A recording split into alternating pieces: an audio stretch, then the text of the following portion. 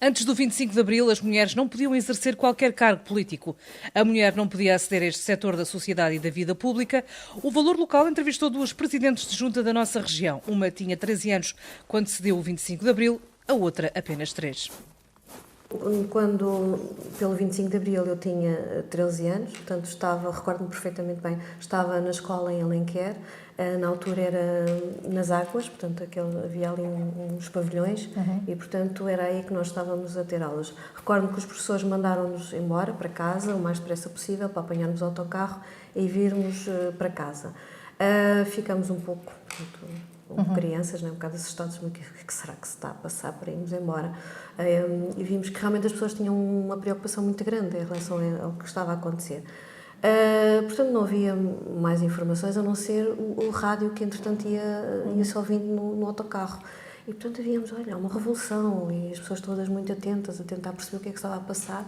E portanto, quando cheguei à aldeia, a Labrejeira, estava toda a gente em volta dos poucos rádios que existiam na altura, porque também não havia muita coisa.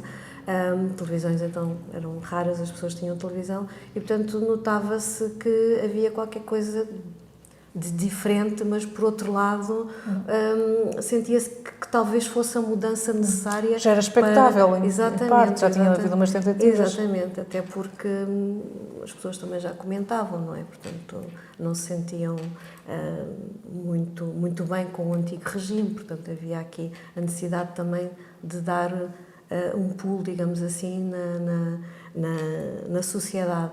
Efetivamente, eu nasci na maternidade Alfredo da Costa, não é? Como muitos dos portugueses da região de Lisboa, e vivi até quase por fazer os 10 anos na freguesia de Marvila, em Lisboa.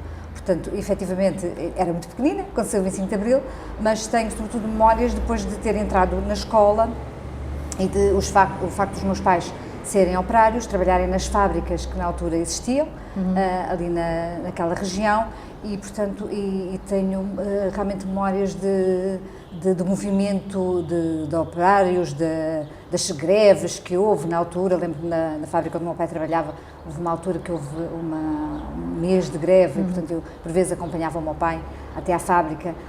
Lembro-me de na escola, às 6 horas, tocarem as sirenes todas, das diferentes fábricas que existiam, e, portanto, e daquele boliço todo que havia, portanto, das paredes pintadas com frases fortes, não é? De luta após o 25 de Abril. Portanto, tenho realmente essas memórias de criança, não é? E depois, por fazer os 10 anos, vim viver aqui para o concelho e aqui fiquei.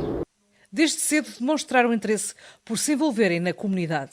Marcou-me tal ordem que depois, portanto, toda aquela envolvência do MFA, aqueles encontros que havia, enfim, reuniões nas coletividades em que as pessoas iam assistir. Foi nessa altura também começou a surgir o seu interesse pela política. Exatamente.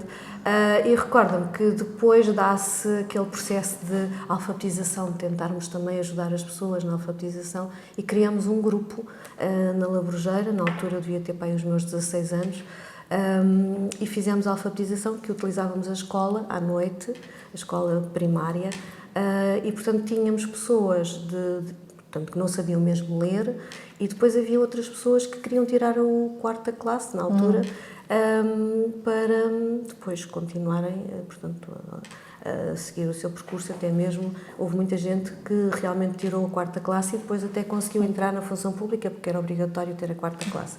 Portanto, foi também uma época muito importante para mim. Desde miúda que eu sempre tive muito interesse pelo que se passava à minha volta, tanto que tirei a licenciatura que tirei de Relações Internacionais, efetivamente por ter grande interesse sobre tudo o que se passava à minha volta. Não é? Durante a faculdade vivemos a luta de Timor pela autodeterminação, lembro-me da guerra do Iraque, dos debates que tínhamos, e, portanto, sempre tive muito interesse pela política tanto nacional como internacional.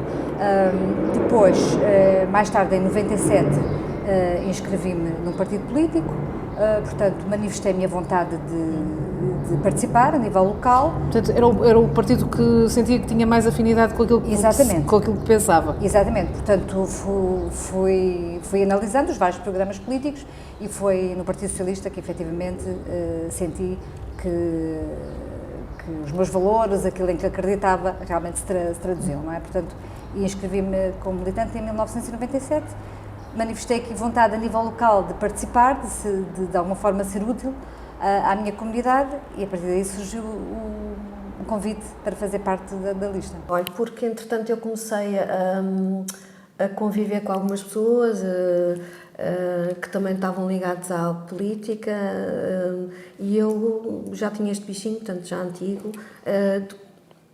Houve um período também, quando eu tinha os meus 34, 38 anos, eu entrei no grupo teatro, que era o Teatro da Biblioteca da Labrogeira, e estive lá mais ou menos sensivelmente 4 anos, até na altura fiz uma peça que era a Casa de Bernardo Alba. E portanto todo esse envolvimento trouxe-me realmente até aqui, mas foi por acaso, não porque o meu colega que estava aqui como secretário saiu, andava a estar na universidade e já não conseguia conciliar este trabalho também, e como sabia que eu tinha esta vontade, convidou-me.